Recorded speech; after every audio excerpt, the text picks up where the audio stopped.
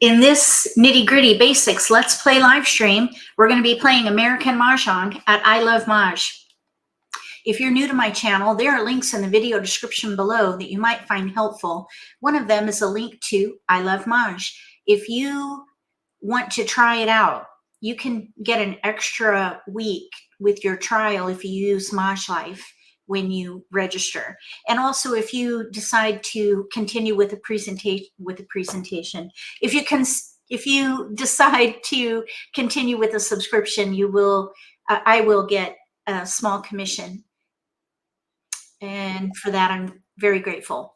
All right, now next, I just released my second primer. Woohoo! Somebody asked about the workbook. It's a companion workbook that goes with it because the second primer is more advanced. I thought that a workbook would be really helpful. And she asked for a workbook for the first primer.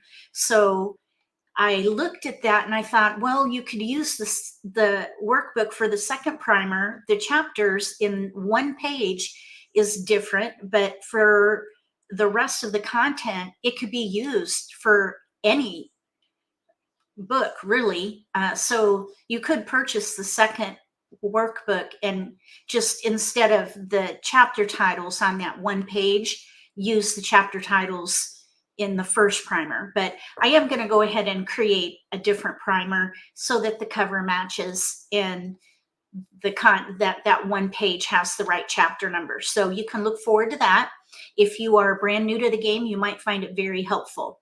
So primer 1 is based on fundamentals. Primer 2 is essential skills and powerful strategies you need to optimize your winning potential. And it has that workbook that you can use for either book. Let's see.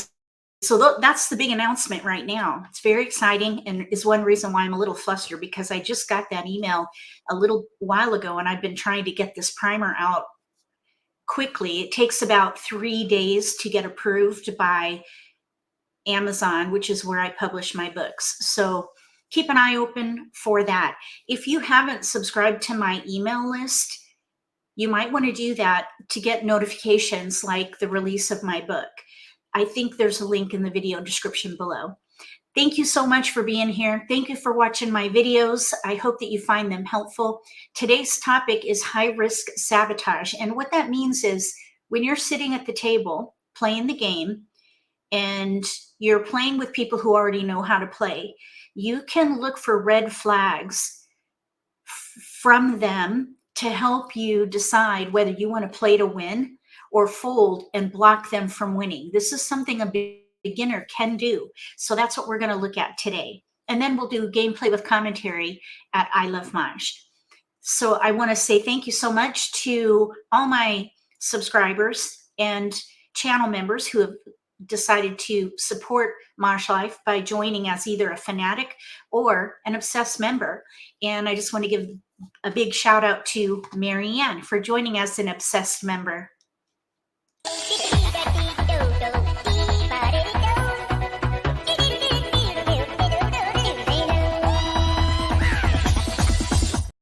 I appreciate the support so much. Also, moderators, thank you for helping monitor the chat today. The format is nitty-gritty, which means we're not going to do any socialization. We're going to keep it to the topic, which is high-risk sabotage.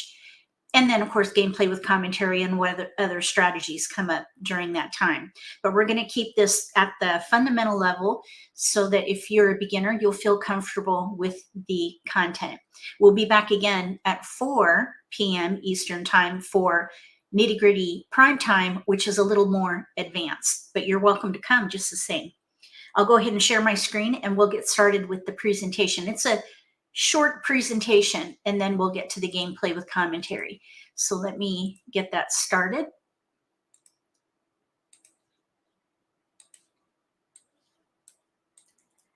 Welcome, everyone, welcome. Thank you for buying my books. I appreciate it so much. Okay, I'm going to share my screen. All right, so here's the presentation, American Mah Jongg, high-risk sabotage. So the ideas I was sharing before is that you want to be aware of red flags. You're going to observe tells, which is something we'll talk about as we go. And then you're going to choose tactics and take action. Here are the red flags. During the Charleston, opponents passing blind. That is a red flag. And let me just see, hold on 1 second here. Okay, so passing blind typically is going to mean that they are either in between hands and they don't want to break up their options, which is not a good idea anyway. And then another reason someone might pass blind is because they have a well-developed hand. And that's what you should assume, that they have a well-developed hand. The other red flag is opponents stopping the Charleston. This could mean the same things, but stopping the Charleston is a bigger red flag. Then we have opponents negotiating low in the optional across. These are the red flags during the Charleston. There are also red flags after the Charleston. I call this phase of the game the play. Here, anytime someone makes an exposure and then they discard, that discard is going to be telling. It can give you information about what category they're playing in the early game, or maybe even what hand they're playing in the middle game, depending on how many exposures they have, and then also what they've previously discarded. You can typically tell by just looking at the tiles in front of them if they haven't been displaced by pushing out the wall. Also, opponents making more than one exposure. This means that they are expediting hand development. They're pushing to win. So the more exposure someone has, the easier it will be to figure out what they're playing. And as a beginner, it's going to be a bit of a challenge for you until you feel comfortable navigating the card and you know the hands on the card. So it's a bit of a challenge, but we're going to talk about this a little more to hopefully help it make sense and not overwhelm you. So the next big red flag is opponents discarding jokers. If anybody discards a joker, for example, before the end of the third wall, that would be a big red flag that they're probably ready to win with either a pair or a single tile. So you want to be very mindful if anyone ever discards a joker. In the end game, which is the last wall, typically people will discard jokers if they fold, which means they've decided that they don't want to play to win, and instead they want to block their opponents, which is a way to sabotage.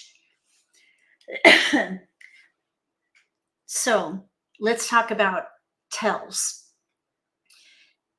This is going to take some situational awareness and also social acuity. You've got to be able to interpret what you see happening at the table. So playing Mahjong is not just about what happens with your own tiles. There's much more that goes on around the table that can give you information to help you make informed decisions for your own hand development, whether you play to win or fold. So we're going to talk about tells now. A tell is a change in a player's behavior that can give clues to that player's viability of their hand. So we'll look at some examples. For example, verbal tells would be things that are said. Then we have physical tells, which is the body manifesting anxiety, let's say, or excitement. And then we have tile tells. So that would be another way to gather information about the game, and your opponent's hand development would be the way they move their tiles as well. The way that you can sabotage, in other words, to deliberately destroy their potential to win or to block them from winning, this would be that idea of sabotage. You can choose a destructive method, which would be to maybe do something to destroy their ability to develop their hand, but you've got to know what hand they're playing in order to use this. So let's say they have 2 exposures, and you can create, or you can call a discard to make a pure pung that could destroy their hand if they're needing that pung tile as a single or a pair tile. So you can destroy someone's hand by making a pure pung or kong. That is one way to destroy somebody's hand. Also, there's something called wastage. Wastage would be when you discard, for example, a joker, or you discard a symbol tile that could be used in a joker exchange.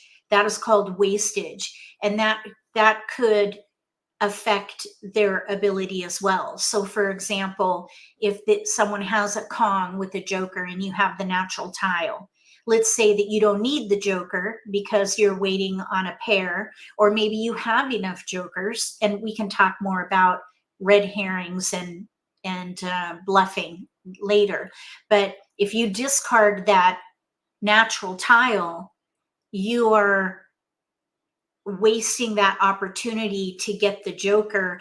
And sometimes that player might even have wanted to expose the joker in order to get a jokerless hand, because once you expose a joker, anybody at the table with the natural tile can exchange it.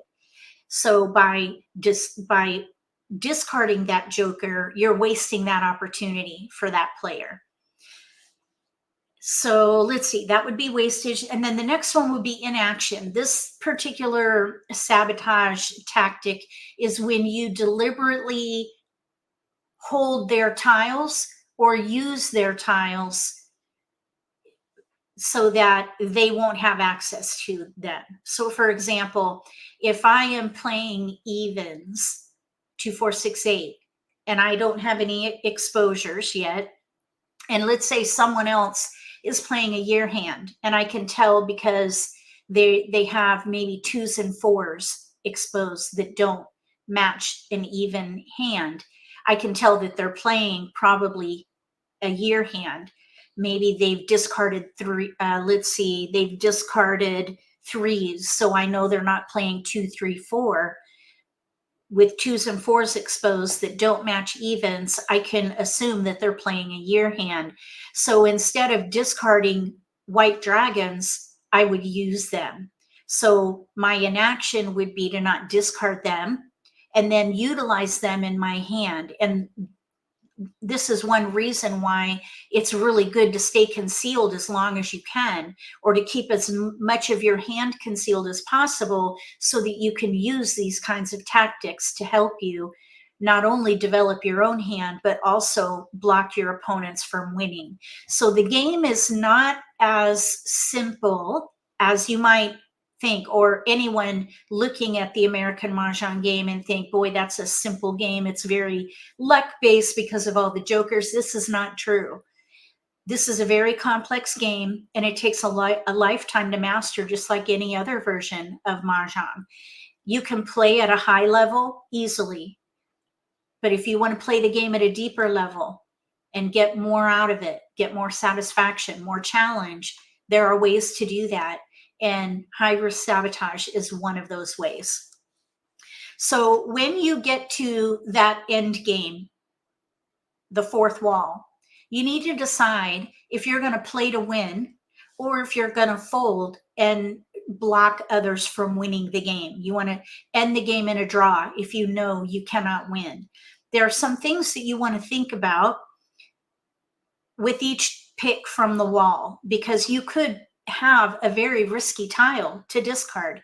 The rule of thumb is that you want to look at the discards and exposures and identify 3 tiles that are out, and that would tell you whether, how risky that pick from the wall is.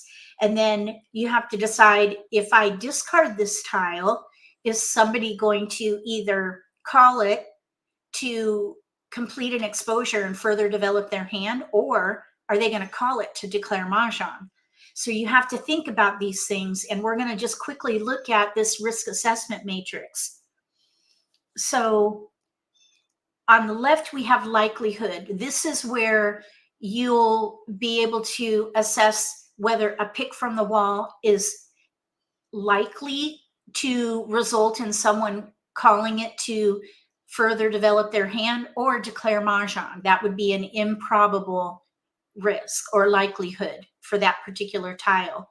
The next one would be that maybe that tile has possible risks of someone needing it. And then you have probable. So these are really where you want to look at the discards and exposures to see how many tiles are visible. If you have a tile where 2 of them are visible and you have the third one in your hand, then it's possible that somebody could win on it, but it's not. Let's see, let's use this other example. Let's say you draw a tile that is unseen on the table. That is going to be a probable risk because none of the tiles are out, which means your opponents probably have them and it could be the winning tile. So think about the likelihood of that discard giving someone that potential to further develop their hand or declare Mahjong. So once you figure out the likelihood of that particular tile, you then want to think about the impact that it will create. We have acceptable, where an opponent has no exposures. It's very challenging to figure out what they're playing if you are unable to see exposures to confirm based on what you've gleaned by looking at discards alone, which is very challenging even for advanced players. So that would be an acceptable loss or an acceptable impact if you throw a risky tile. And the risky tile would be, let's say, possible or improbable. Okay, so then after an acceptable impact, we have a tolerable impact. This is when an opponent has 1 exposure. It's very challenging to figure out what someone is playing even with 1 exposure. If you look at the tiles in front of them, if they haven't been displaced, you may be able to figure out at least what category they're playing. So picking a risky tile and discarding it and someone maybe declaring Mahjong with 1 exposure, that would be tolerable because it's very difficult even for experienced players to figure out what they're playing. However, the more exposures someone has, the more intolerable it becomes. Unacceptable would be if someone has 2 exposures, because with 2 exposures, you can narrow it down to either 1 or 2 hands on the card. And then for 3 exposures, you know what hand they're playing. And that's where it becomes intolerable. So look at the exposures, look at the discards, try to account for 3. The fewer that are visible, the higher the risk of that particular discard. And then we have low, medium, high, and extreme impact that goes along with how many tiles are visible and how many exposures an opponent may have. This matrix, by the way, is in the new book. It's also available through my website in the wiki. I'll make sure that there is a link to this in the video description, and you can kind of study it and commit it to memory so that when you're playing the game, you try to avoid the high and extreme risk or the high and extreme impact areas and stay more in the acceptable, the low to medium, let's say, acceptable, tolerable versus unacceptable and intolerable. And that way you can save face and also protect yourself, I guess you could say. Okay, so let's play at Mahjong Time and we'll talk through all this. So let me now present with Mahj. I love Mahj. Let's see here. Oh, where is it? Hold on 1 second. I have it up. I just have to maximize. Here it is. All right. So now we're going to play with robots. I'm going to go up here so you can see the game. This is I Love Mahj. They do have an excellent exercise room, by the way. They have some activities that you can use to help you learn the card and gain confidence. You could even practice some skills here, and then also maybe practice some new strategies by playing with robots.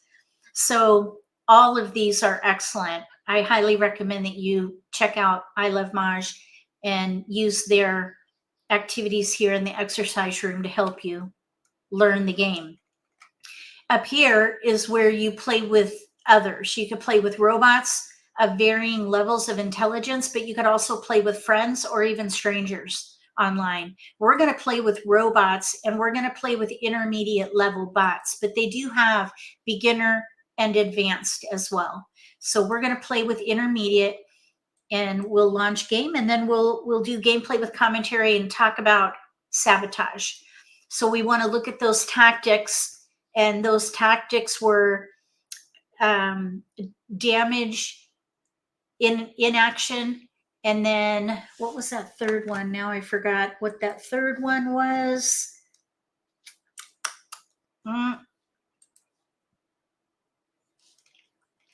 Inaction. Oh, destruction, wastage. I always forget wastage. That's where you just discard a tile that could be used for a joker exchange. So it's inaction, wastage, and oh my goodness, what is wrong with my brain right now? I have so much going on in my brain. Hold on. Oops, that's not the right one. Oh. All right, where is it?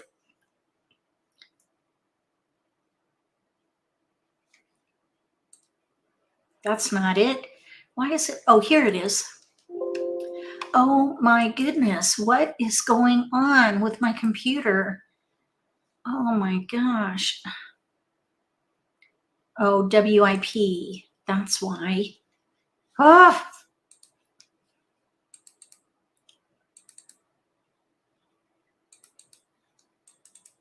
And you're seeing the stuff behind the scenes here. Let's see here.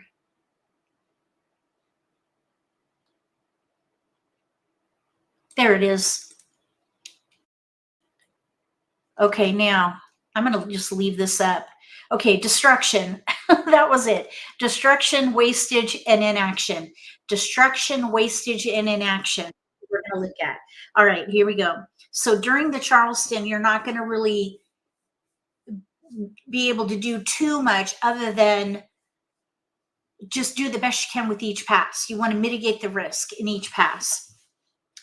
All right, so in this particular dealt hand, we have a pair of sevens. That's where I would start, the pair of seven. American Mah Jongg is a game of multiples, so you want to target multiples. We do have 4, 5, 6, 7 of some kind. We do have a predominant pattern of 3, 4, 5, 6, but we have a pair of sevens. I think what I would do, because we do have one red and east, I would just keep it all and just at least let the one crack in east go. And that way we can hold 3, 4, 5 in case we pair up with the threes, let's say, because we have 2 3s and only 1 7. So right now, the 7 bam is the strength of the hand because it's a multiple, but we do have the predominant pattern of 3 4 because you can see those like numbers right there. And then we have like numbers with 5s too. So with 3s and 5s and a 4 in there, 3 4 5 would also be a really good choice. Okay, so we picked up now another 7, an 8, and a 9. So now we have mostly big numbers in here, and there's a multiple that we could use with it. We don't know yet what hand to play. You really don't need to know what hand you could play, but you just want to gather. The idea is just to gather until you have enough to finally find a pattern on the card that will match. So we do have a little bit of big odds in here too, 5, 7, 9. So we're in between 7, 8, 9 or 6, 7, 8, 9, maybe even the 5 through 8, let's say, or we could do big odds. We're not going to look at the card or pick a hand. We have too many discards right now to do that. So I would just keep going and pass as safely as I can. We have a 2, 3, 4. That's a little bit risky, but at least it's one of each suit. and we have enough of the tiles to support that 7-band pair. So I think the risk is worth it to give ourselves options. So now we have a 5 crack, and here's an 8. Now we have 7, 8, 2 pair consecutive. We have 3 tiles we can pass even. That white dragon is not going to be helpful with mixed suit pairs in consecutive run. So I would play a consecutive run hand so that we could use the 7 and the 8. And we still don't need to pick a hand because we have discards. And we still have discards.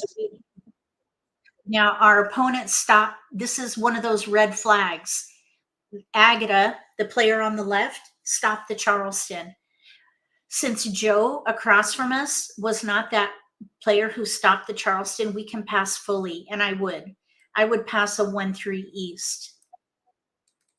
And let's see what we can get. We picked up a 9. So we have 7, 8, 9 mixed suit Kongs. That is a pattern on the card, 3rd hand down. So basically, and we really don't even have to play that hand, not yet, because we still have discards. You just continue to gather. Let's see, we are the dealer. We're probably not going to be able to use the 5s with that 8 because they're in mixed suits. Really, this 5 even can probably go. So I would just keep all 6, 7, 8, 9, 7, 8 crack. Maybe we keep the 5 dot.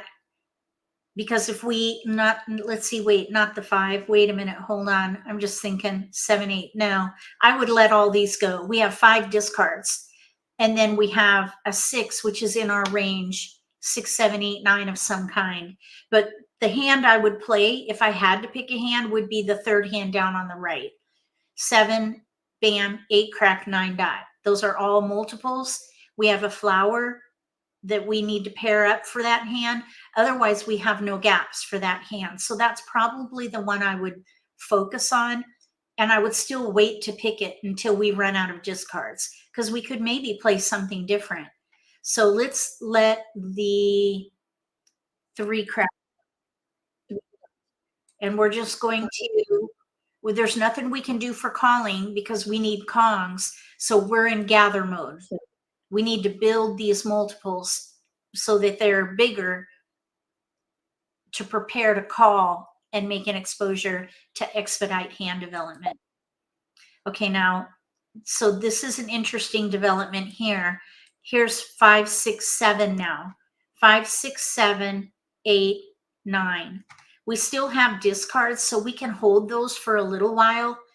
Let's discard the 4 crack.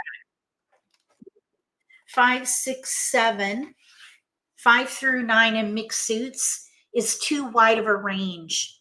If you look at the hands on the card, they're typically 4 numbers in mixed suits. There is a hand with 5 numbers in a range, but it's all 1 suit, and we're in mixed suits. So 5 through 9 is probably not going to work. 6 through 9 could. So let's just keep going. We have, this is where we may call it, but we don't, I wouldn't, because really the best pattern for this particular set of tiles would be the 3rd hand down, and we need to call.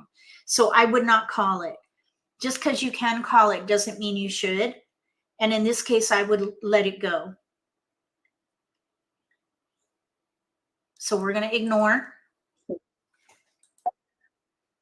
Okay, there's an interesting tile, 5, 6, 7 dragon. We still have discards, so we can hold that for a little bit. I still think 7, 8, 9 mixed suit Kongs, 3rd hand down on the right is probably the best hand for us. We definitely don't need wins.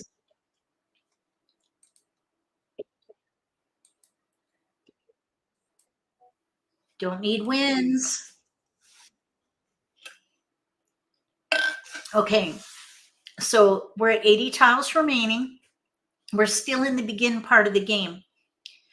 And that player across from us made an exposure with a joker. So they're playing a little bit risky. They've taken a bit of risk, by making an exposure with a joker. That's a red flag. So we want to keep an eye on them. Oh, we got a joker. Okay, now we have no discards. We have tiles that we're considering, but they don't all quite gel together. So we need to weed out some of these keepers as discards so that we can zoom in on a hand. We want to target the strength of the hand. The strength of the hand is with the multiples 7, 8, 9. 7 bam, 8 crack, 9 dot. And that would be if we play that third hand down on the right. So probably I would let the dragon go. And that could be my next discard. One way to play faster if you're playing in person is to always know what your next discard is. And that way you don't have to halt the game but because you're thinking about which keeper to let go of. So try to identify your next discard. And because we have 7, 8, 9 mixed suit Kongs paired up, and we're now in the middle game, 80 tiles is where you go into that third wall. I would probably let the 5 bam go and focus on 7, 8, 9. Really, even the 6 dot and the 6 p.m. could go. And I would just focus on 7, 8, 9. Let's see, 7, 8, 7. Let's see here. Maybe keep the 6. The 6 dot, I think, can go for sure because we wouldn't need a 6 dot with a 9 dot pair. I would rather use the 9 dot than the 6 dot. I mean, you could even use the 6 dot with a 7 and an 8, but we'd have to throw away a pair of 9s. So you want to go through this process of elimination in your head, focus on the strength of your hand, and identify tiles that are either redundant or unwanted, unnecessary, unneeded, whatever synonym you want to find. You just want to identify those tiles that you can discard to help keep the pace of the game going. So now here we have a 6 dot. We could potentially call it for a pung, but that wouldn't use the strength of our hand, which is the 7 bam, 8 crack, 9 dot. So we're just going to ignore it. Even though it looks good, it doesn't work for what we have. We don't need that. We're looking for 7, 8, 9. Okay, now here's 5, 6. We have a lot of 5 through 9 in mixed suits, but you've got to look at the patterns on the card and see which of those patterns work for your hand. Even though this looks interesting, we have all 5 through 9 in there. That doesn't work in mixed suits for the card this year. The green dragon, though, we know we don't need that. So we have 5, 6, 7 in bam, 7, 8 in cracks, 5, 6, 9 in dots. So I'm thinking probably, again, the 5 dot and 6 can go. And I would just ignore that. So we have 2 discards before we really have to do anything or make any decisions yet. We're just going to stay concealed until we're at a place where we want to dig in our heels for any particular hand. Really, you just don't want to claim a discard until you know what hand you're playing and you have no gaps. And we have that right now. 7, 8, 9 mixed suit Kongs, third hand down on the right. We've got no gaps, but it's weak. We could only Kong one of these, and we still need a pair of flowers. So that's why it's a weak option. It's our best option, though, even though it's weak. Okay. So we need keepers in here. We need to draw helpful tiles. Okay, now there's 4, 5, 6. So here's a potential hand that we might be able to do besides that third hand down on the right. And this would be the chow hand. This is the 6th hand down under consecutive run. It would be 5 flowers, 4, 5, 6 chow, 7, 7 in pungs. So at this point, I would probably let the 7 crack go, and then the 5, 6. Oops, I would keep that 7. Because if we play 4, 5, 6, 7, 7 right here, that might work. But we could also still do 7, 8, 9. Either way, we didn't use the 5, 6 in bams. So let's let those go.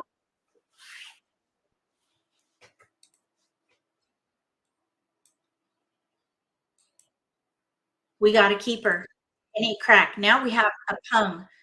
Since the pung is the 8 crack, 7 bam, 8 crack 9, I would let that chow hand go because we still need a pair, let alone trying to get a quint of flowers. There's a 1 out right now, so somebody else is holding flowers. We need 1 more for our pair. So at this point, I would let these 4 go now. So we have breathing space now. We have 4 discards, and we just focus on 7, 8, 9 mixed suit Kongs. Third hand down on the right. We can actually Kong now because we have a pung of 8s and we have pair of 9s with a joker. So we're going to go ahead and call with a Kong. And now we discard these tiles here. I'll use the flower to separate our keepers there. All right, now let's see here. 6 dot is already out. We have 3 discards. We need a little help with our 7 bam. We need a joker there, and we also need a flower. We need to calm that 8. Now here we have a player to our right, 2 bam pung with a joker, west across from us. By the way, they're playing the first hand under winds and dragons. Kong, pung, pung, Kong. So we need to be careful when we discard winds.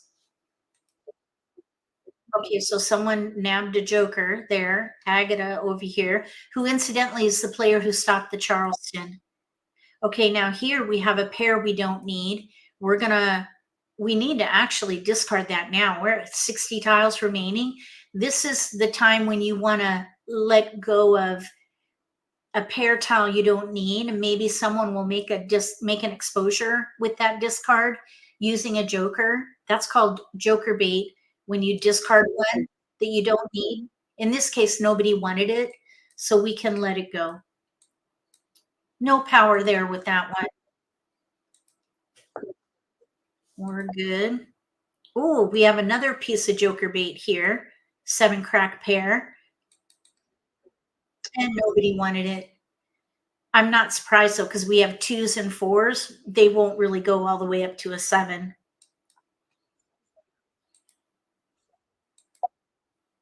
Oh, that was just discarded. But none of these tiles are wanted. So we have 3 safe discards. No fear. What we're looking for is a joker. We need a joker for the 7 bam. And of course, we need a flower still. Okay, that we can call. We're a little bit vulnerable with our flower. So hopefully we'll draw a flower. 9 crack, we can let go of. Oh, now there's a couple of jokers up for grabs. They're playing 2, 4 dot, pung, pung, Kong, Kong, 6 bam, 8. They're going to need 3 jokers for the 6 bams because they're out. Actually, they need 4 because there are 4, 6 bams out. Let's see. Yeah, right here. 1, 2, 3, 4. All right, here we go. I don't think they're going to win over here to the left. I doubt they're going to get a 6 joker hand. That's pretty rare. Okay, now this is going to be a bit risky here. We're at 35 tiles remaining. We're in the end game. We have an opponent with 2 exposures. This would be where it is unacceptable. Let's see. I'm going to pull this up here. Let's go to this risk assessment matrix again. Okay, so they have 2 exposures. They're in that unacceptable range. And we have a north. There's 1 north out. Only 1 is accounted for. So this means that it is probably a possible risky discard with an unacceptable impact. So that means we should probably fold. That's going to be a super risky discard. We still need a pair of flowers. There's a joker. We still need a pair. And the flowers are going down. Okay, we have 5 picks left. Oh, they're playing.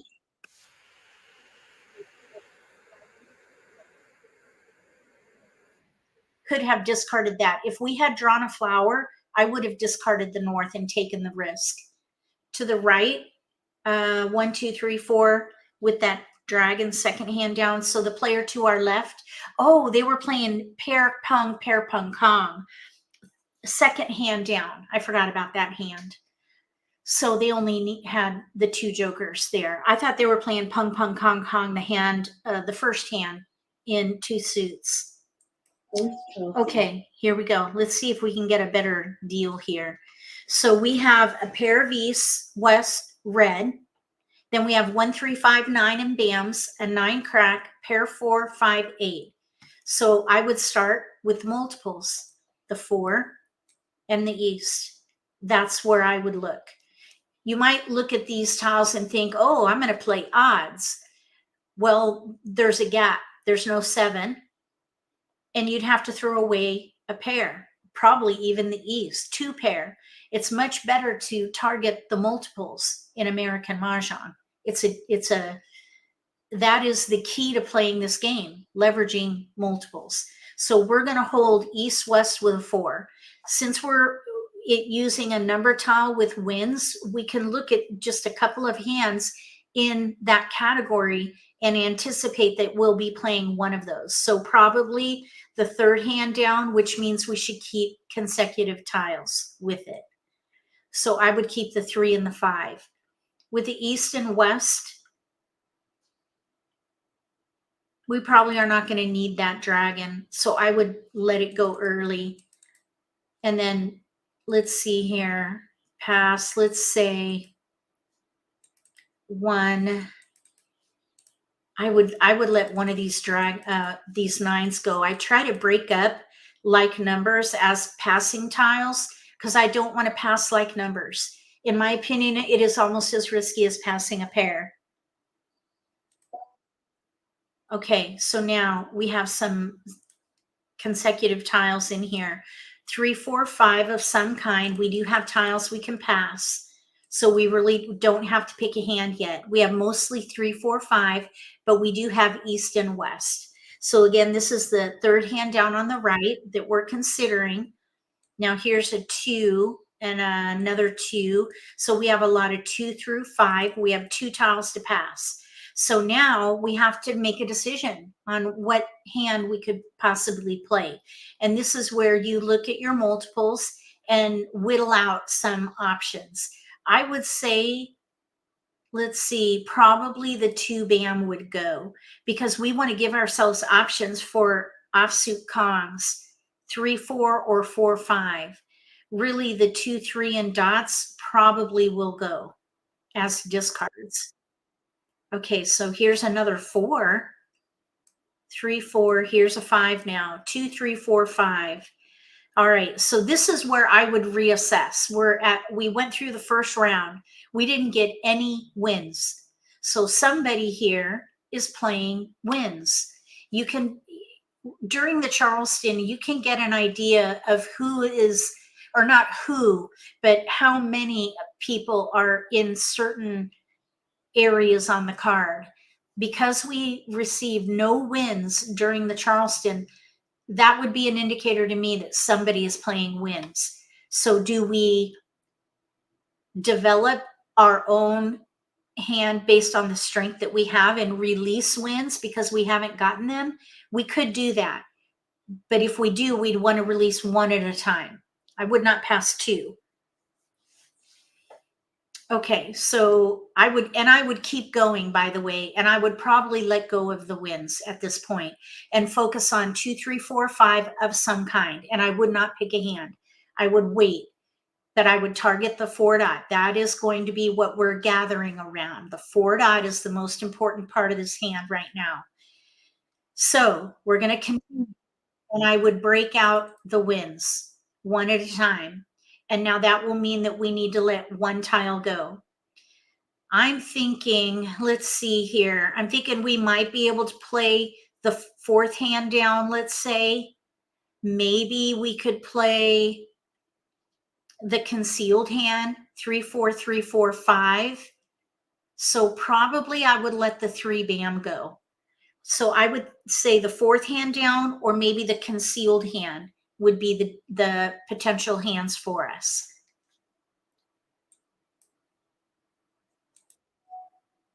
Okay, we got a 4 crack, and we're passing to somebody different. So I think we could let a different wind go. Actually, you know what? We're getting kind of close to that news concealed hand now. We've got like numbers with 4s. I think what I would do is let the 2 and the 5 go. That looks a little bit risky. And it is a little risky with the 5 or the 9 together, or maybe the 2 and the 4, or the 2 and the 5. But we have a potential hand in here, the concealed hand for consecutive run. 5th hand down, 1, 2, 3, 4, 5. We have no dragons. Hi, Scott. We have no dragons, so I would not play that hand. I would not even consider playing the 5th hand down. Now, if we had a white dragon, that would be a different story. But we've got like numbers with 4s. That's where the strength is, the pairs. 3, 4, 3, 4, 5. That would be the 7th hand down. Or we could maybe play news concealed because we have the 4s. And we have no keepers here with that pass. Now that is pretty risky. So I think what I would do, let's see, we have 3, 4. I think I would rather keep the 2, because if we get that 2 dot back, we could maybe consider the 4th hand down again. I think what I would do here is let the north go and just give up on the winds altogether. So we did get the east back. Let's see. So we have 2, 3, 4, 3, 4, 5. I would not consider that 3rd hand down because we'd have to throw away a pair of 4s. I would rather keep them and focus on ways to use both of the 4s. You want to play something that will use the most of your multiples. In this case, the 2 4s. So I would pass 3 and probably pass like that. West 6 red. And I'm kind of hoping we'll get that 2 dot back. We did. We got it. So we're in between the 4th hand down, single pair Kong, 2 consecutive runs of 3, or we could play the 7th hand down or concealed hand. We have 2 discards plus a pair we don't need. This pair we don't need is something called joker bait. We might be able to coax an exposure with a joker from someone playing wins.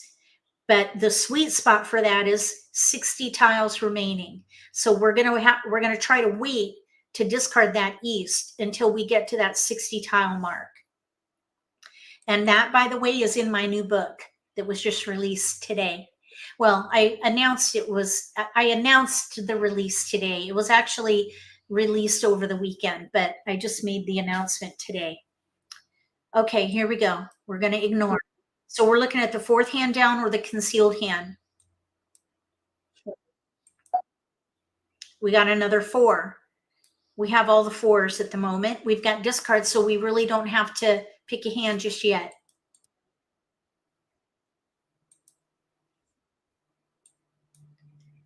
Even if we play that 4th hand down, we can't call anything until now. Now we could, because we have a pung of 4s.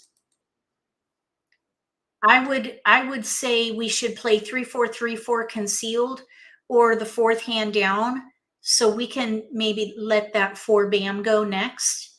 That would be identifying your next discard. Otherwise, we have all keepers, including that joker bait. You know, and a wind just went down and nobody took it. So maybe someone is playing east-west. Now there's a red flag. This robot made an exposure with 2 jokers. That is a red flag. That means that they're willing to risk losing those jokers to expedite hand development. So my guess is that they have a well-developed hand. That's what you want to, that's what you want to assume. Okay, south went down, nobody wanted it.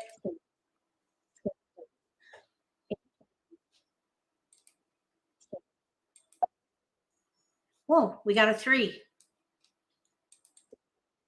But we're closer to 2, 3, 4. Okay, now let's see what happens with this 3. That's our pair tile. If we play the 4th hand down, nobody wanted it. Okay, there's a pure pung of 2s there. So they're playing like numbers with 2s. They're going to need 4 flowers and a pung of 2 dots. Thankfully, we have 1, so we're okay. We're not affected by them. We could still do 3, 4, 3, 4 concealed, but this 5 bam is a weakness for us. Right now, the 3 crack and the 4 crack are weaknesses for the 4th hand down.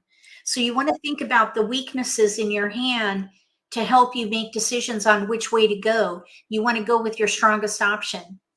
The strongest option is the 4th hand down. Let's see, wait.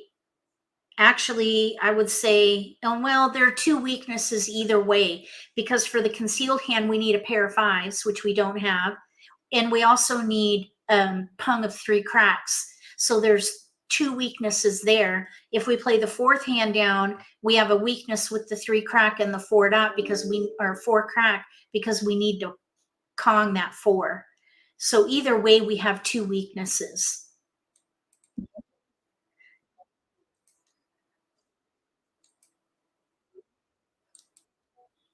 Now we have a pung of ease. So here's the thing about joker bait.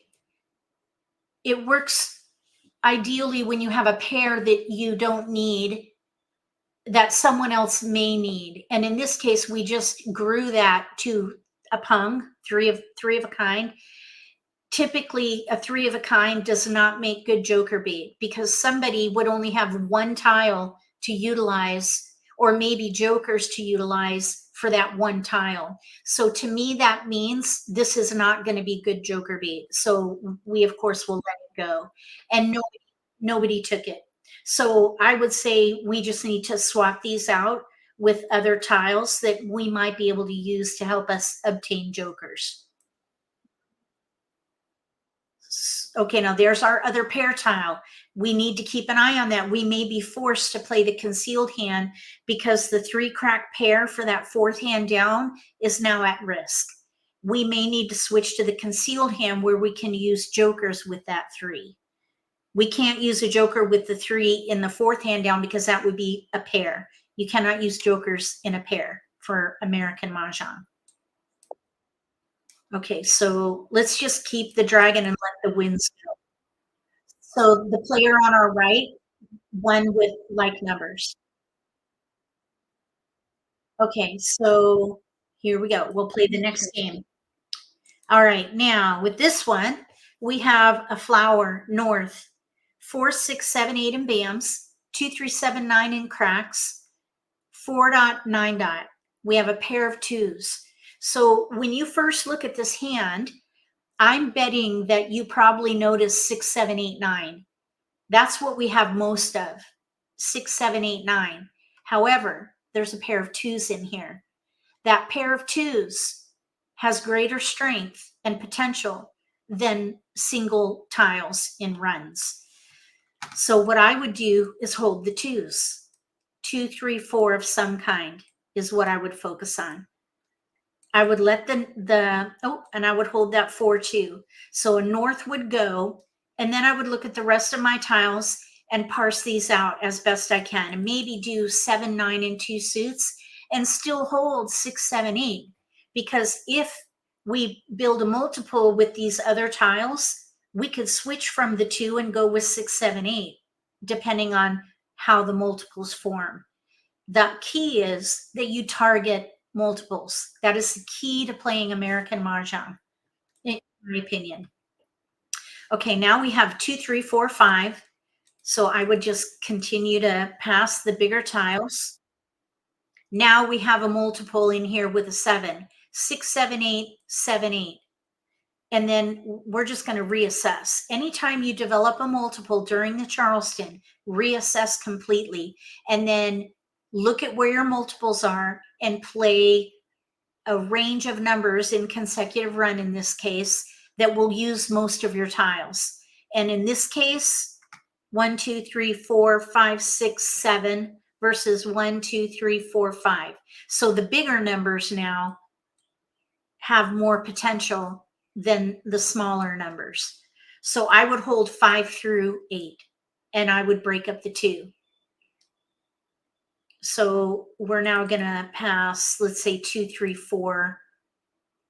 We have a 7 band pair, so the 4 is not useful at all. I would not focus on 2, 4, 6, 8, Jane, because we would have to throw away a pair of 7s.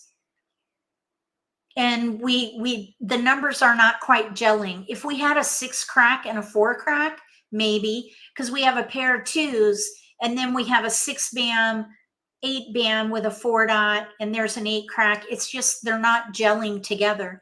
But 6, 7, 8 has far more potential than evens. Okay, so we have another 7, and I would just keep it. We might even be able to play like numbers with dragons. We're going to keep going.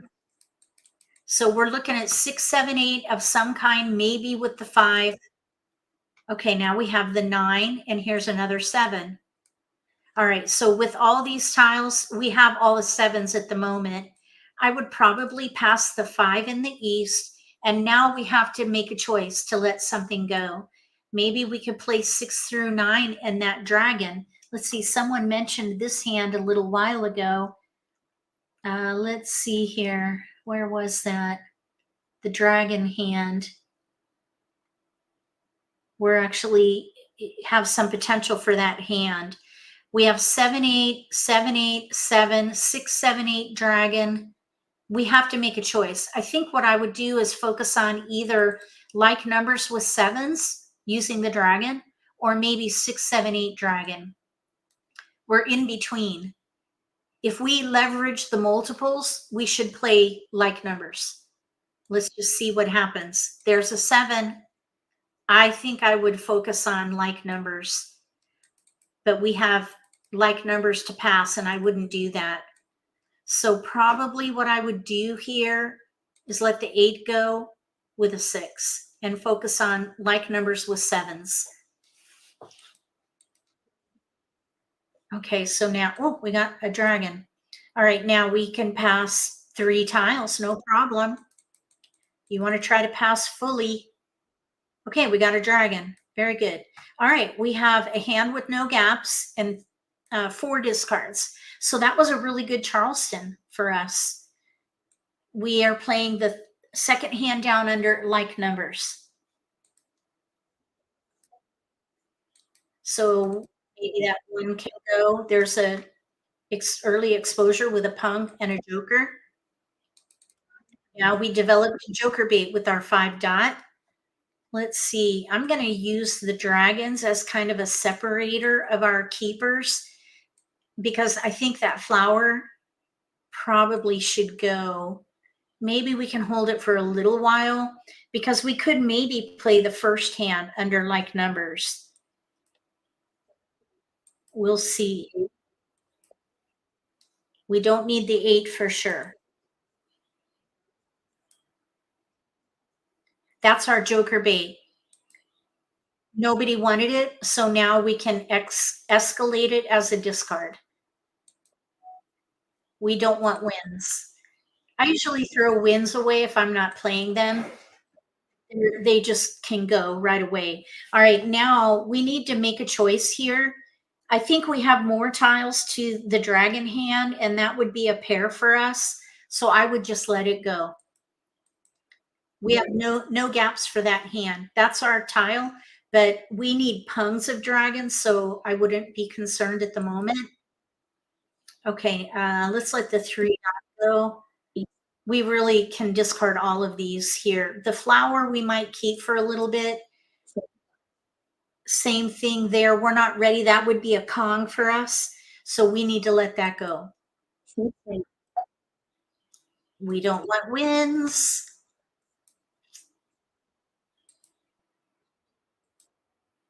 Oh, don't need a one. I'm kind of hoping we can get a white dragon in here because the 7 crack has not been discarded yet. We could maybe do 7 bam with the green and 7 dot with a white, and then Kong the 7 crack because there's a 7 dot out. I'd rather not Kong that because then we'd need a joker. So let's just see what happens. 9 bam, 9 dot. We don't need either of those. Let's see, 5, 7. All right, here we go. Okay, flower. We got a flower. So this is when I would consider switching to the like number hand with flowers because we could pung the 7s and there are one of each out here, 7 bam, 7 dot. We could pung those and maybe use the green dragon as joker bait. We have 2 flowers now.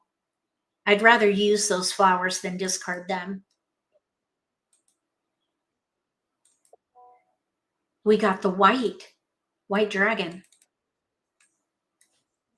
It's kind of what I was hoping for. All right, we'll see. We have 1 discard before we have to pick a hand. You really don't have to pick a hand till you run out of discards. So now we've got the dragon. I would discard this red dragon, and technically we still don't have to pick a hand yet. We're ready to pung the dragons. I think we're closer to the dragon hand now. We're at 54 tiles remaining. So if we're going to discard a flower, now's about when we want to do that. So I think what I would do is let the flowers go. And there, joker bait. I didn't intend it to be joker bait, but in this case it is. Oh, shoot. This is why flowers are not good joker bait. Somebody else got to those jokers before us.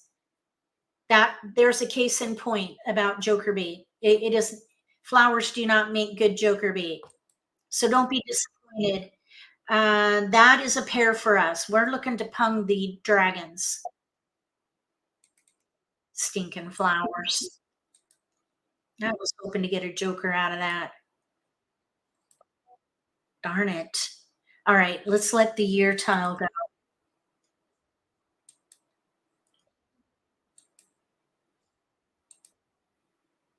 Okay, let's see. We'll let the 4 go. We're going into the end game now. So we have a Kong of flowers with a pung of 4s. So they're playing like numbers with 4s.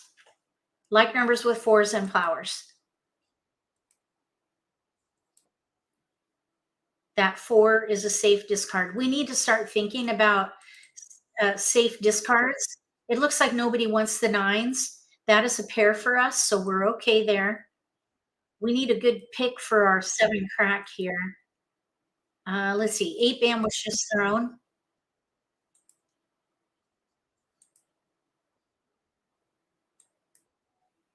Joker, that's helpful. We're set now. We can pung the dragons each and Kong the 7. We have 2 discards. So I'd say we have a good potential to win. That's helpful.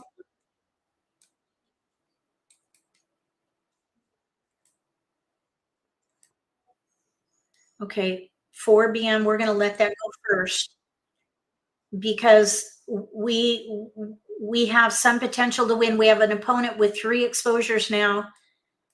That would be, if we draw a 4 dot, that would be an extremely risky tile.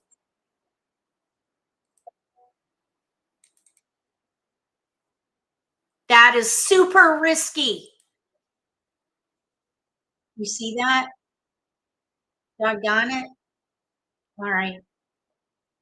That was a probable, a high probability likelihood of someone wanting that tile with an extreme impact. Remember the matrix right here? That 4 dot was right here. Probable and intolerable because they had 3 exposures. That's not good. Okay. Now we have pairs of north-south. We should play winds. So we're going to hold tiles for a wind and dragon hand. Probably not dragons so much with winds. So now we have like numbers with ones, like numbers with threes. The 4, 9, 4, 6, 9, those probably can go. We have north and south with 3, 4. So we could do maybe the third hand down or the concealed hand. Not a lot of options. Okay, there's a north, pung. We have all the ones. The 4 can go. Let's see. No, if we're going to play the third hand down, we need to optimize our potential. So the 3 bam would be the discard. So we have 2 3s and a 4. We need kongs of those tiles. We could also maybe still play the concealed hand with 3s. Okay, we don't need any of these, although the ones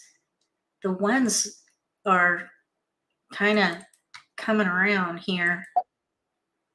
Oh, there's a south. Okay, now let's see here. We have like numbers with 4s. I'm thinking we could still maybe do that third hand down. We need to keep going. We have 3 4 bam or 3 crack 4 dot or 3 dot 4 bam. This is where I would consider passing like numbers. It's pretty risky. There's another south. Oh my goodness. North and south kongs. We don't need kongs. Now I'm kind of hoping we're going to get wins in here. Let's see here. Let's let the 3 dot go. Let's see here. We could let the south go, or we could let a 3 dot go. North and south. I'm just kind of hoping that we get, that's pretty risky right there. Ooh, yikes. I'm kind of hoping that we get wins. We could play maybe the first hand. We have 2 dot 3 crack, third hand down, or 3 crack with a 4 dot or 4 bam. I would pass fully. No keepers. Oh, I should have said 2. All right, we're just gonna, it seems nobody wants the ones. Okay, now we have an option with our 5. All right, so north and south with kongs. We have a ways to go here. We need to build these number tiles. I'm kind of hoping that we draw wins, though. You don't want to make decisions based on hope, though.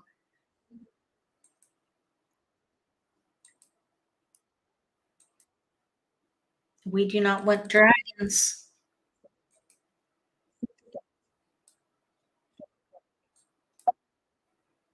Oh, there's the 2.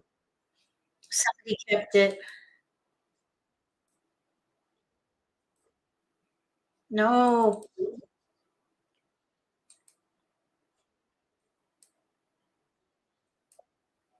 No, we don't need the 1. We're looking for 3, 4.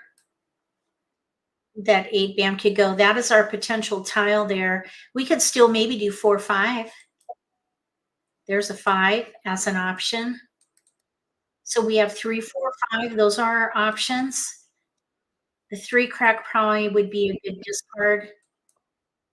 4 dot. There's our first real good sign. I would say probably 4s with 5s would be good. I'm going to put them to the left so they're a little more visible, a little easier to see where we're going. So we're doing north and south with 4, 5 probably. 8. We have an extra south. Here's a 5. So now the 5 crack can go. So we have 4, 5. Those need to be kongs. And then we have north, south, extra south. So let's let the 3 crack go. Those dot pairs are riskier than the 2 kings. Oh, Fifth hand down, 3, 4, 5 dot, Kongs, 3, 4, 5, 4, and 4. At the time, let's see, 3, are you, Misty, are you talking about this particular hand right now, playing the Chow hand, that third hand from the bottom under consecutive run? We have no flowers. That would be a huge gap. You don't want to play a hand with a gap like that, or a gap at all if you can help it. Gap hands are very risky and vulnerable. You'd be painting yourself into a corner. So you want to try not to play a gap hand. You want to play something that will use the strength of your hand, which is multiples and no gaps. She had one of each of the pair in the Charleston. Okay, I don't. Can you give us a timestamp, Misty? Are you talking about the last hand or this hand? I think you might be in a game. You might be in an earlier part of the live stream. Joker exchange. The fifth wind hand. 1, 2, 3. Oh, north and south with 1, 2, 3. Oh, I see. Oh, I don't remember. I don't think I was even considering that because we had singles. I mean, we have a 4, 5 right there. We could potentially still play it. We let a 3 bam go in the Charleston. Somebody kept that 3 bam. I think we had a 3 bam. I think we're better off to play 4, 5 with north and south. No. I see what you're saying, Misty. I don't remember what we had. I don't think we had multiples, though, to support it. With 3 pair, you really need to have at least 2 of those before you commit. I think the hand developed for the third hand down and on the left. Okay, 3 crack can go. Now, if we draw a 3 bam, we could maybe try that hand. You had 3 single dots at one point. Okay. Somebody has a 3 dot up there punged, though. That's the risk with that particular hand. If someone pungs with your tile, you got to start over. Here, I would go ahead and Kong. I would call it and Kong because we have a hand with no gaps. And then I would let the 4 bam go here.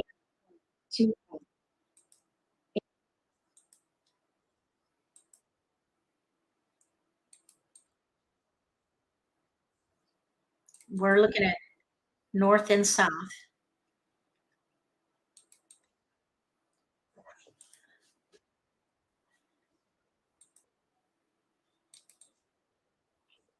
Oh, thank you, Misty. We can look at that.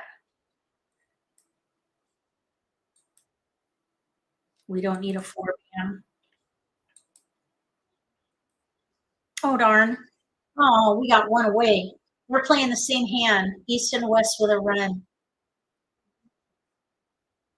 Okay, so now this is an interesting one because we have 2 jokers and we have a wide spread. So this is where you want to look for the predominant pattern and focus on the predominant pattern. In this case, we have 3 6s and 2 7s. So I would focus on 5, 6, 7 of some kind. Maybe 4, 5, 6, 7. It's good to have 4 numbers in a range around the strength of your hand. So 4, 5, 6, 7. I would probably let those go. We may or may not be able to use wins. Okay, so now we have a multiple with a 6 bam. So this 4 can probably go. So we have 6, 7, 5, 6, 7, and a 6. Let's see. Northeast. We might be able to play that news concealed hand again. We don't need 9s at all. I would, let's see, 5, 6, 7, 4, 6, 7, 5, 6, 7. I think I would let the wins go at this point. Okay, now here's 3, 4, 5, 6, 9. 3, 4, 5, 6, 7, 9. 3 through 7 and a 9. The north can go. The 9 can go. I would not pass like numbers with 9s. That would be risky. So we have a pair of 6 BAMs. We do have some potential in here for 3, 6, 9, but with only, let's see here. Could we swing a 3, 6, 9 hand? 3, 6, 9. Maybe we can let the 7 go, or the 4. Let's let the 4 go here. Let's see, we have 6, 7, 6, 9, 3, 6, 9. 3, 6, 9, no flowers though. 3, 9 with 6s in the middle. We could try that. 3, 9 with 6s in the middle. This would be the 5th hand down under 3, 6, 9. Okay, here's the 3 crack. We have options now. Let's let the 5 and the 4 go here. We got a 9, and we have tiles we can pass. So we're playing 3, 6, 9. Look, we have all 3, 6, 9 in here. I wonder if we could play maybe with 9s though, paired up like this. We have 2 jokers. I would not think about the pair hand. I would probably focus on the 3, 6, 9 with 6s in the middle. Since we have a pung of 9 dots, I would play 3 dot with that. So I would let these all go here. I would probably ask for 2 so we don't pass like numbers. So 3, 6, 9 with 6s in the middle is what we're looking at. 3, 6, 9. 3, I would not pass like numbers. 6, 9, 9. 3, 6, 3, 6, 9 concealed. Let's see here. 3, 6. We have a pung of 9s. I would just not ask. I would say 1. Maybe let the 9, 3, 6, 3, 6, 9 dot, 3, 9 bam can go. All right. This was a tough one. We have 4 discards in a hand with no gaps. 4, we had an extra tile. So 3 discards. Wow, these robots get flowers and jokers all the time. It's crazy. And then someone gets to it before us. I don't get it. There's a keeper. We're set on this. We could Kong the 3 and the 9 with these jokers.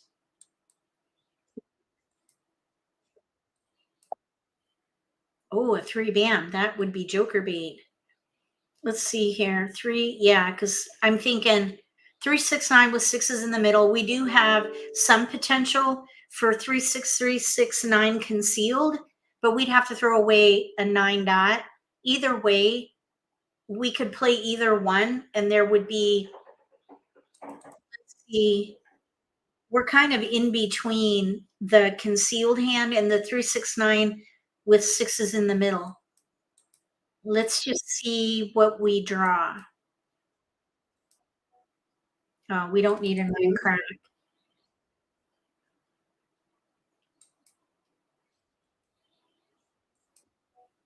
Oh, don't need that. Okay, Misty, I will look at that. 4 crack can go. That's our tile, but those are pairs, so we can't call them. That I would call. Kong. We're to that 3, 6, 9 with 6s in the middle. We need to Kong the 3 and that 6 crack. That's what we're looking for. It'd be awesome if we could draw it.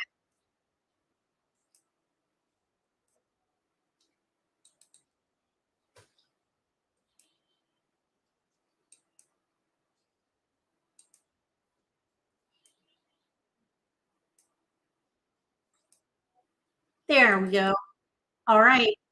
We're ready to win on a 6 crack. 369 with sixes in the middle. That is the 5th hand down under 369. A joker. I'm just going to discard the joker. Let's see. Yeah, we're just going to stay put. Yes, Misty, that's what we're playing. I do not want to reveal jokers, so we're going to let it go. We're ready to win on a 6 crack.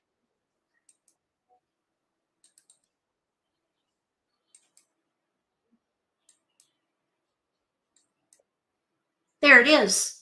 Mahjong. Woohoo! So we got 369 with sixes in the middle.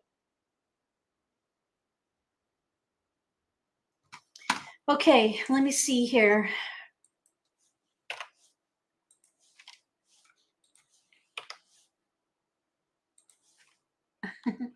Thank you, Karen. Okay, now let me see. Huh, I didn't get your email, Misty.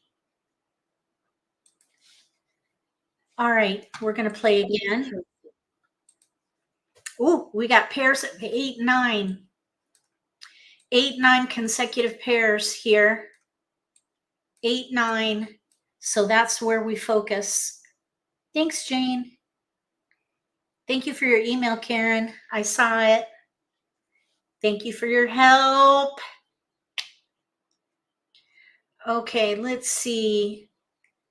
We have 8, 9. So I would keep the other 8, maybe the 5. That's really not helpful until we get a 6 and a 7. I would keep that 6. If I'm playing consecutive run, I keep 4 numbers around the multiples. So 6, 7, 8, 9 is what I would hold. And that 6 crack, even though at the moment we can't use it, it might come in helpful if we get a 7. I would break out these wins. We're going to break wind. Okay, there's a 7. Now we have a hand with no gaps. 6 crack, 7, 8, 9. Pung, pung, kong, kong. So that 4 number range is a really great guideline. Okay, we got another 9. I would keep it. And now I would probably look for the stragglers or isolated tiles like this 5 bam. We're playing some kind of 6, 7, 8, 9 hand.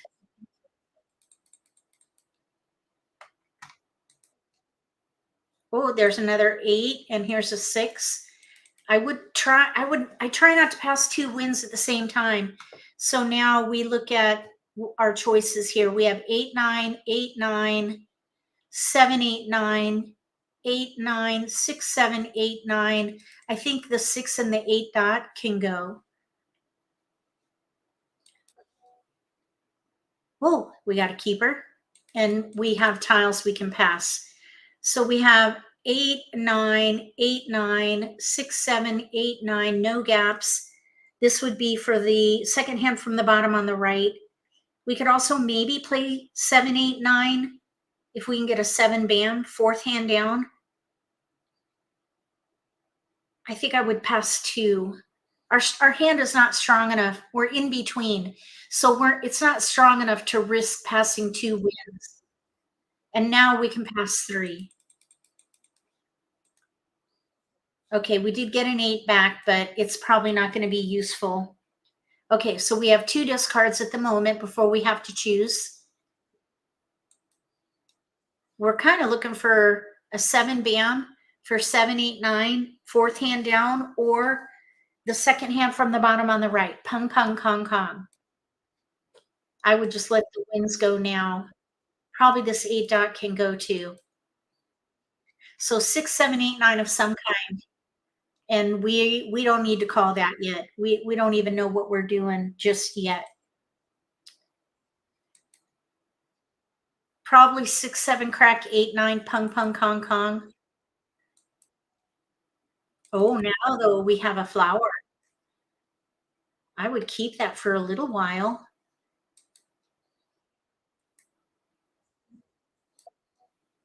Oh, 9 crack. All right. Maybe 7, 8, 9.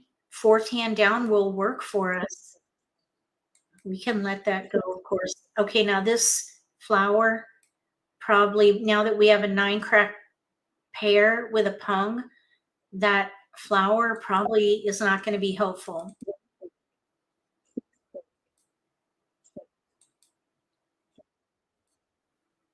Don't need wins.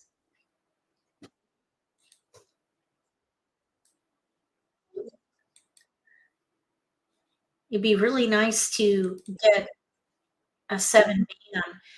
Here's 6 through 9 and the dragon, but we'd have to throw away a pair and a pung, just so you can see what I'm talking about there.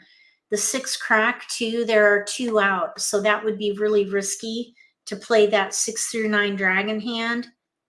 That would be the 1, 2, 3, 5th hand down under consecutive run. I would just let that idea go. A joker. All right, now this 6 though, actually 6, 7, 8, 9, pung, pung, kong, kong. That's what we were thinking of playing earlier. We could still pung the 6. There are 2 out. We'd have to use a joker. We'd have to dedicate a joker. Okay, so let's see here. 7, 8, 9. We need a pair of 8s to play the 4th hand down, or we can play 6, 7, pung, pung, kong, kong. We'd have to dedicate a joker to the 6. We could use the joker here with the 7 and the joker here with the 8. So I'd probably commit to the pung, pung, kong, kong hand and let the 8 crack go, and then use the 9 crack as joker bait. Yeah. Actually, we would have to have another joker for the 6. No, no, no. There's one more. Never mind. There's still one more 6 crack.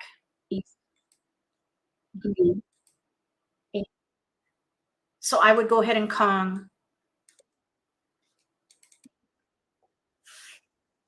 Okay.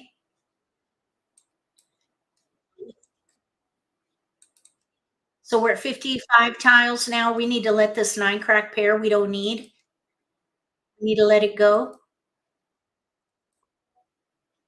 Let's see if someone takes it.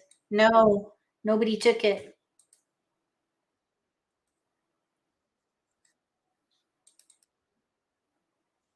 Okay, this green dragon, nobody wants.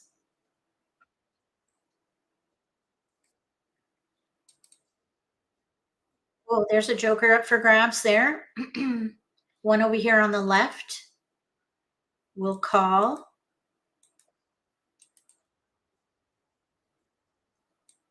We're ready to put the other tiles.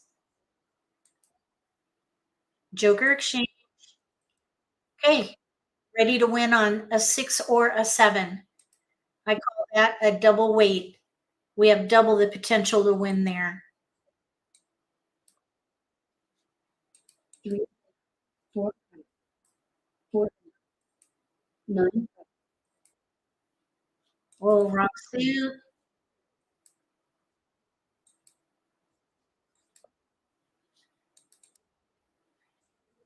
There it is. Mahjong. Woohoo! We got it. Now that's one of the easiest hands on the card. It's this 25-point hand. Pung, pung, kong, kong. Relatively indestructible, but any win is a good win. Tell yourself that. Any win is a good win. We got it. All right, we have ooze. We have ooze. Thank you. Thank you for the support. We have ooze here. I would probably let the dragon go. We've got a pair of 4s. Pair of 4s with ooze. The 7 can go. I think the 6s can go. The 2 can go. I am thinking we could maybe try for east and west with a run again. We have a pair of 4s. Maybe we can hold that 6, Misty. Maybe we can try for the east and west with a run in pairs. Let's see what happens. We have a 2-3, 1-2-3 now. 1-2-3. Oh, we've got like numbers with 8s though. I would not pass that. Since our pairs with the 4, let's see here. East and west with offsuit kongs. We have a 3 dot and a 3 band, but we also have 1-2-3. Let's let the south go. And now we have to make a choice. Either the 3 bam or the 1 dot. Let's see here. Let's let the 3 bam go. Oh, look what we got. We got news now. All right, so 4 crack pair with news. East and west with a run, but it's super weak unless we get a 5 crack. Oh, I don't want to pass like numbers. That's terrible. Okay, there's a north. Here's a 6. Okay, continue. We'll let that go. Now we have news, and then we have 4, 6, but no 5. We could maybe play the concealed hand. Let's let the 3 go. Okay, now we have a 4 crack pung. Here's a 7. We have a 2. We can't keep it all. So let's see. 2 crack, 7 can go, and a 4. We'll keep news. If we can get a 5 crack, we can try either north and south or east and west with pairs in the middle. We got a west. No keepers. Year. We have no white dragons.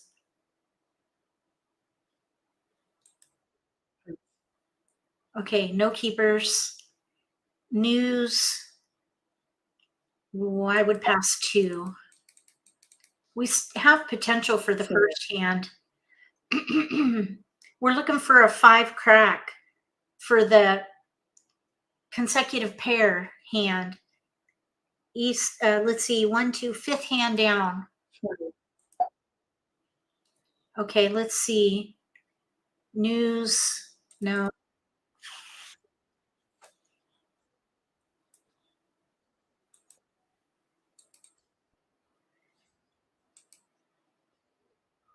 We don't need either of these styles here. There's a joker. Okay, now I would not call that.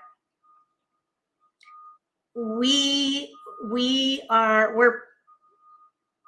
not ready to call anything yet. We're just gonna wait. We might be able to play the first hand on the right. 8 crack, we don't need that.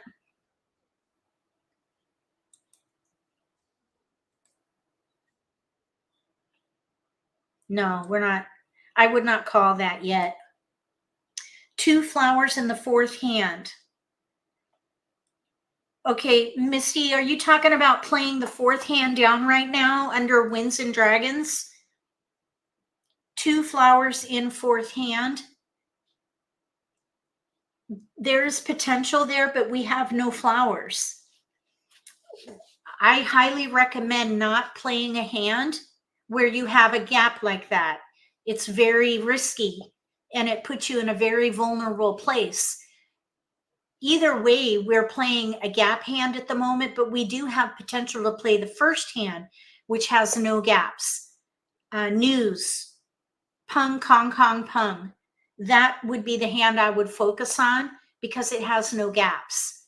We could potentially play like east and west with the pairs in the middle if we get a 5 crack, but that's a pair gap. That's very risky. Hesitation as a clue to a possible hand. Is it possible to deliberately pause on a non-needed tile to throw people off? Yes, that would be called a bluff. Only if you get them instead of 5s. I see, Misty. So at the moment, we have no gaps for the first hand on the right.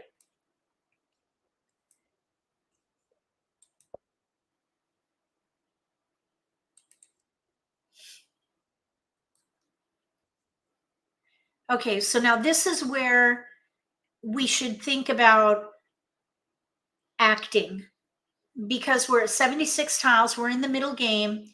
We have a hand with no gaps. The 5 crack never came. Flowers never came, but we do have a hand with no gaps. And that would be second or first hand on the right. We could calm, and I would call and calm. And then use these as joker bait, 4 and 6. We're going to need a joker for the south.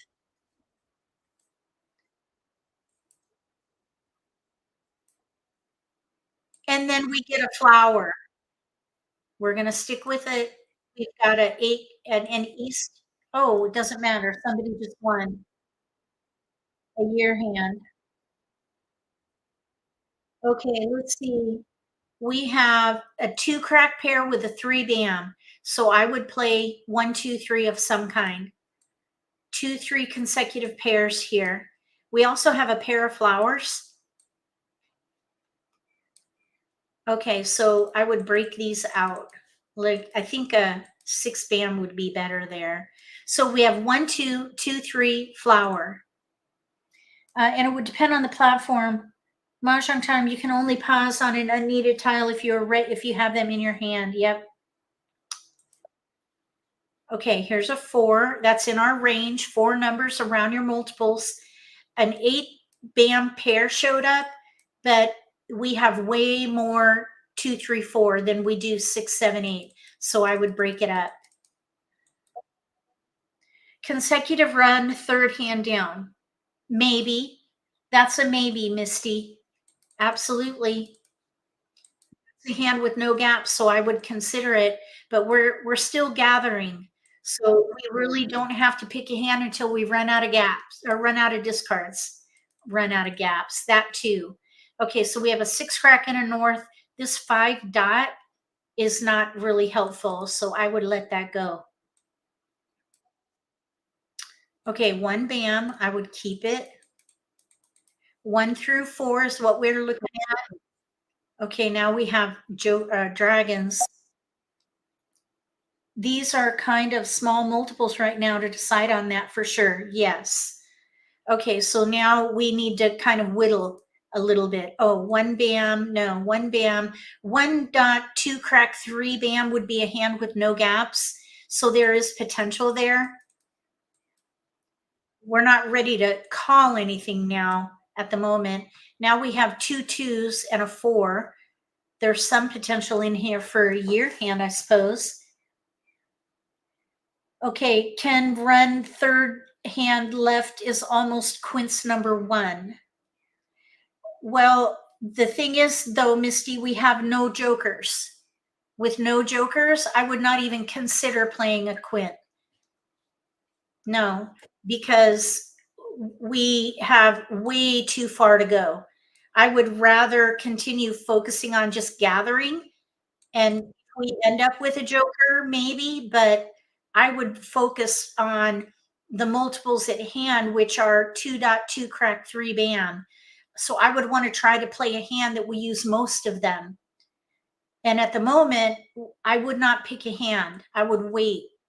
We can't call anything anyway. We just have to gather at the moment. Okay, so someone got a joker. That was quick.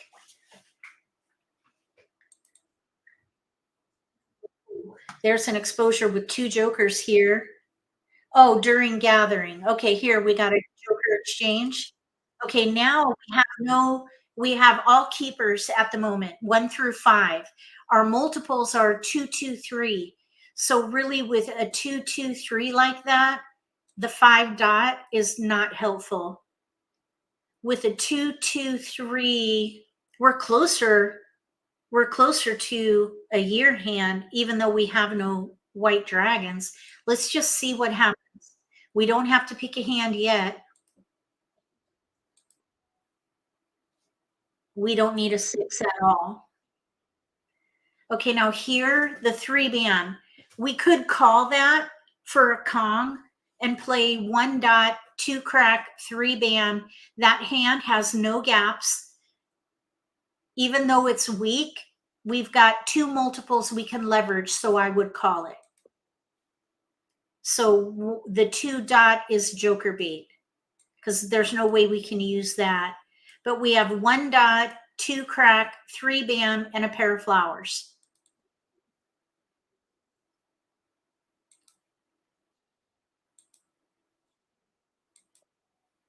Another flower.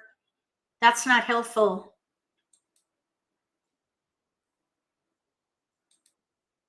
I would let this flower go. Let's just see for a second. Flower, pung, 3 crack, or 3 bam. We have 3 bam, kong. No other 3s. I would just let it go. Oh, that's our tile. Oh my goodness, look what happened here. We have a 1 dot kong. Okay, so let's just reassess here. We have a 3 bam kong, a 4 dot, let's see, 2, let's switch to 2, 3, 4 with this dot and get that joker. So 2 crack, 3 bam, 4 dot. There's a 4 dot out, so we're going to need that anyway. So we can use that maybe to help us with our 4 dot. So we're doing 2, 3, 4 now.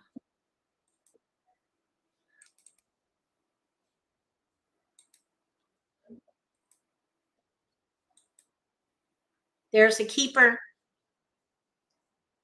Yikes, those joker swaps. I wish they would slow those down a little bit. Oh, nobody wanted it. Oh, we don't want to hold on to this flower. Okay, Misty, what are you, you're thinking we should play the 4th hand down, Misty? We don't have any 3 dots. So anytime there's a gap in an option, anytime there's a gap in one of your options, you should discount it. Don't focus on a potential hand where you have a gap like that. No, I wouldn't even think about it or even consider it as a last resort because it's a gap. I would rather focus on something where there is no gap, which is what we have here. So I committed to that Kong because there's an option with no gaps and you can just build on it versus waiting for something where you have a gap. That it dilutes or it's you spread yourself too thin and there are too many weaknesses there. So I highly recommend not considering any option where there's a gap unless all your options have gaps. In this case, that didn't happen because we have an option with no gaps.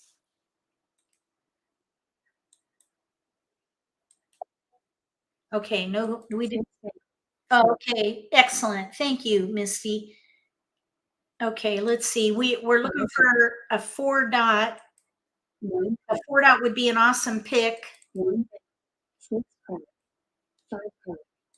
Or 4, but 2 crack would be nice too. Somebody threw the 2 dot, but nobody wanted it. There's a 3 dot now. It's too late though. We're already well committed here.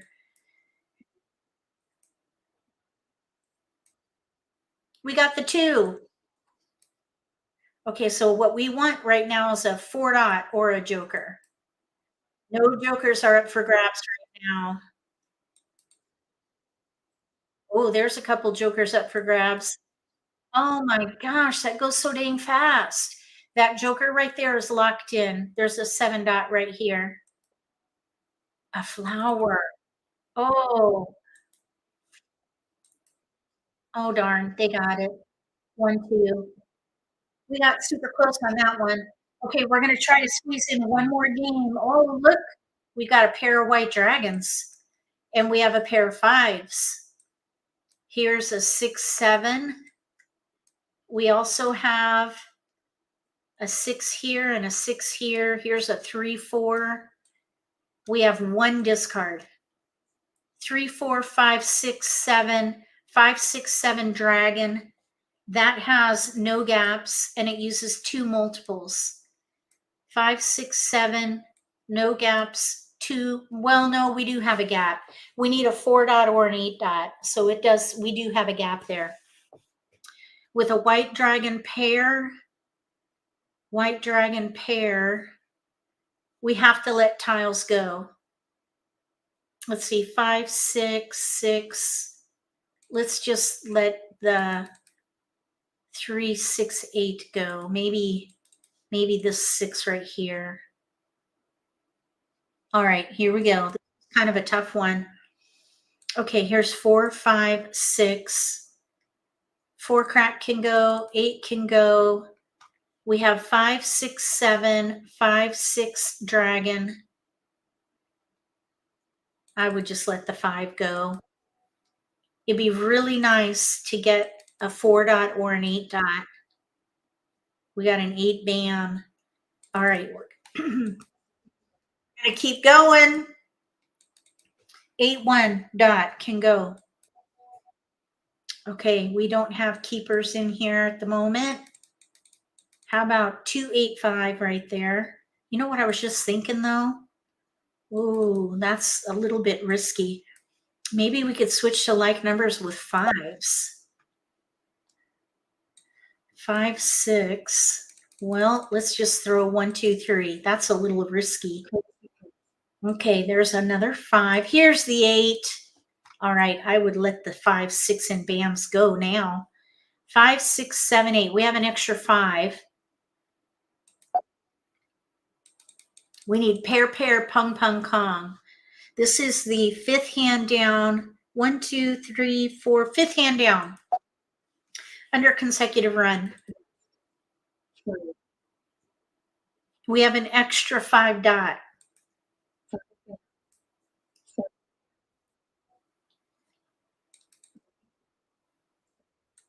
Oh, okay. We have a hand with no gaps, so I would call. We have an extra 5 dot, but that's okay. We do have a little bit of a weakness with our 6 dot at the moment. That would be an ideal pick.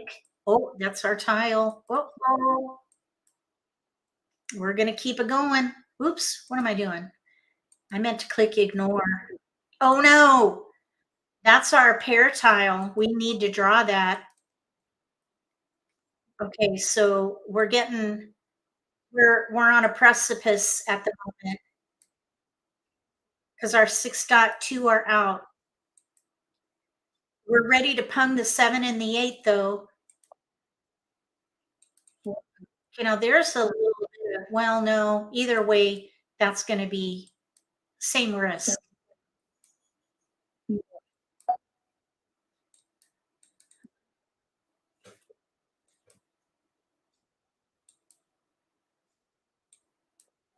We need that 6 dot. Oh shoot, I was supposed to pung that. I forgot. It could have helped us.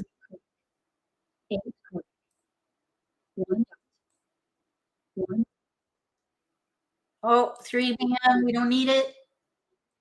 We need a 6 dot. 6 dot. Oh.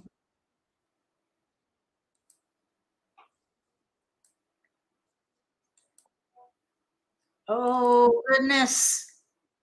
I kind of hope we draw a 4 dot because then we can do pair, pair, 4, 5 and pung the 6 dot. There's only one more. We may have to.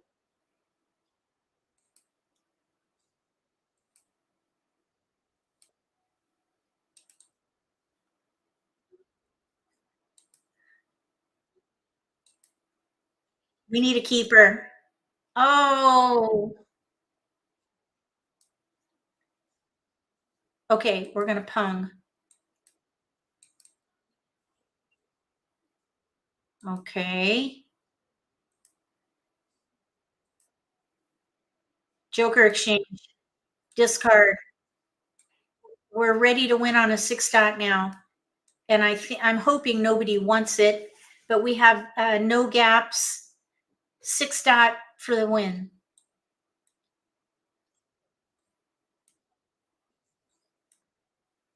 Uh-oh.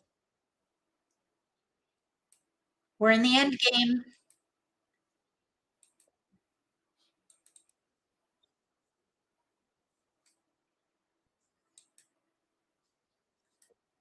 We need a 6 dot to win. This is the 1, 2, 3, fifth hand down under consecutive run. Might as well.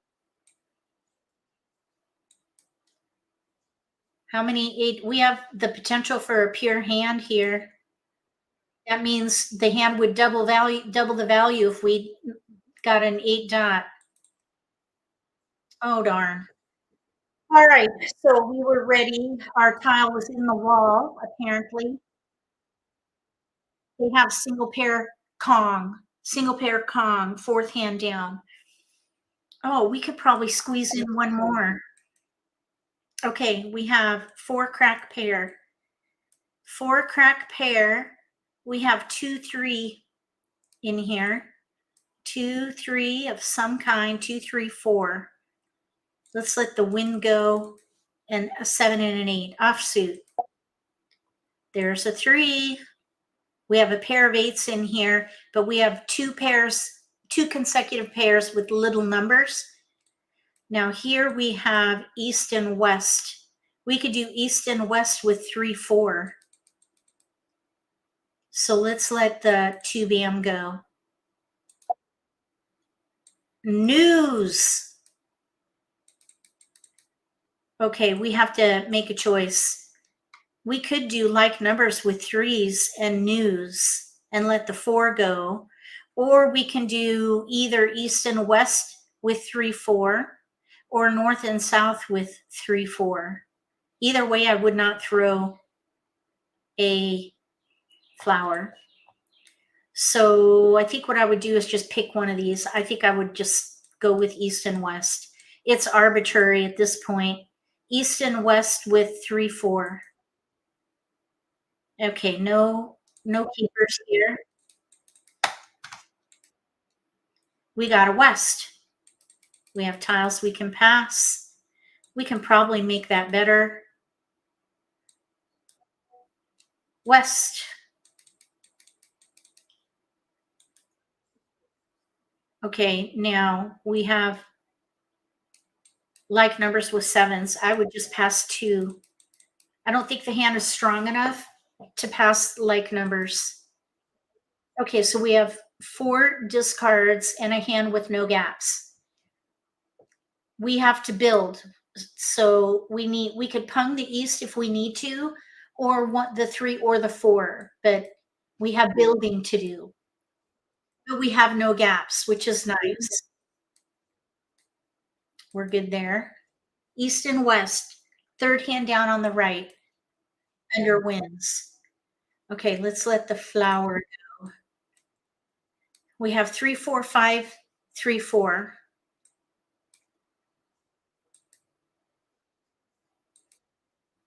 Oh, okay, now there's joker bait. Let's hold that pair.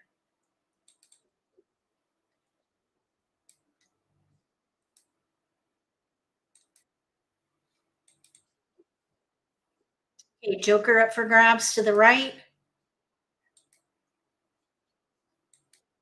We can let that go now.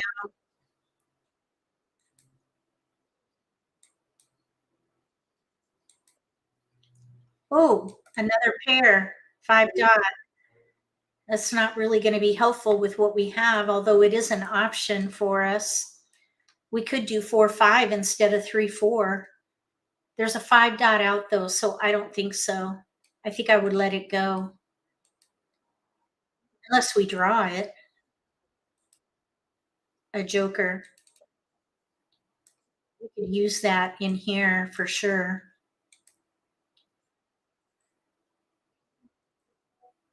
We got a west.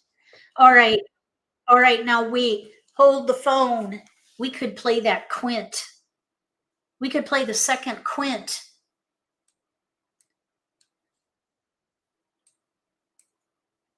Nobody wanted the joker bait.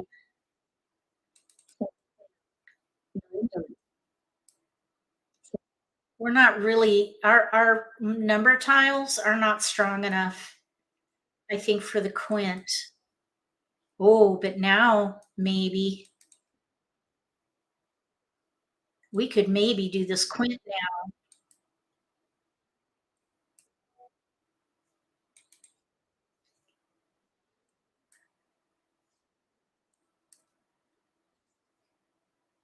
Let's just go for the win. We're set. We're at 53 tiles. This is nitty-gritty basics. I don't want to overwhelm anybody. We did have potential for the quint, but we're going to hold, we're going to hold back a little bit. We'll go for the win here. Well, we'd go for the win with the quint too. It would just take a little longer. Everybody's calling. Oh my goodness. Okay, one bam was just thrown. Let's let the west go.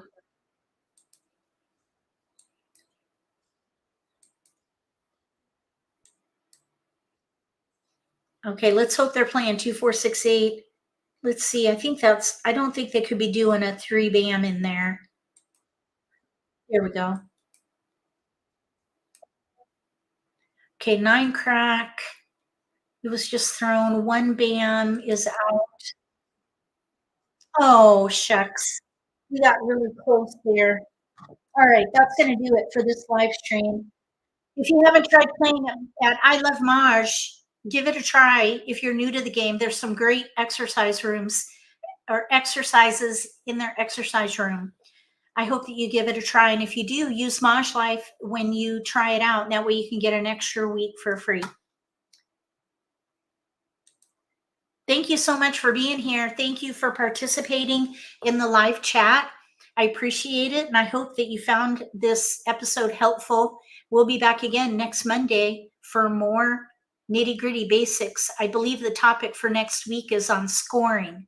So if you have not played for money before or for score, consider coming next week when we talk about how to score. We'll be back again in an hour for the second session. This is a double header Monday, double header, nitty gritty. Let's play live stream. The first session is basics. The second session is prime time, where we do a more advanced topic. The topic is the power of position. That's the topic for the nitty-gritty prime time. First time in our nitty-gritty recurring episodes or recurring topics. And this power of position is from the new book, which just got released today. I just want to give a quick shout out to my angel editors. You know who you are. I appreciate you. Thank you so much for helping with the production of this primer and the workbook. Appreciate you being here. Does anybody have any questions? Otherwise, we'll sign off and come back in an hour. Thank you, Wes. Thank you. Thank you. All right. I'll go ahead and sign off then. I don't see any questions. So if you like this video, give me a thumbs up. If you haven't subscribed to my channel, consider subscribing. Click the little gray bell if you do. That way you'll get notification for when I post new videos, and you won't miss an opportunity to learn a new strategy or pick up an insight to the game that could give you an advantage at the table. Between now and the next video, may all your picks be keepers.